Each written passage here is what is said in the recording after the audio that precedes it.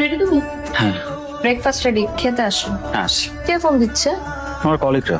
Colleague phone দিচ্ছে, হয়তো কোনো ইম্পর্টেন্ট কথা আছে, ধরো না। ইম্পর্টেন্ট কিছু না, আহা, ফোন দিয়ে যাচ্ছে, ফোনটা ধরো। ওরা আসলে কি হয়েছে বলো তো? কিভাবে যে বলবো আসলে বুঝতে পারছি না, বুঝছো? আমার কলিগরা সব সময় বলা বলি করে, শ্বশুর বাড়ি থেকে এটা পাইছে, ওইটা দিছে, আমাকে জিজ্ঞেস করে ফেলছে তুই তো নতুন বিয়ে করছিস, তোর কি দিছে। আমি কি বলি বলো তো, এই টপিকটাতে কমফোর্টই না। এখন তো রীতিমতো আমি ওদেরকে অ্যাভয়েড করি। তোমার আবার কি হচ্ছে, তুমি চুপ করে আসো কেন? বাবা তো বলছিল দিবে সবকিছু। বড় আপুর ক্ষেত্রে তো এত সময় নেই না, আমার ক্ষেত্রে যত সব সমস্যা। আমি না স্ট্রিক্টলি এবার বাবাকে প্রেশার দেবো। দেখো, সংসারটা তোমার, এই সংসারে কি লাগবে না লাগবে সেটা তুমি ভালো বুঝো। আমি আমার নিজের জন্য তো কিছু চাইছি না।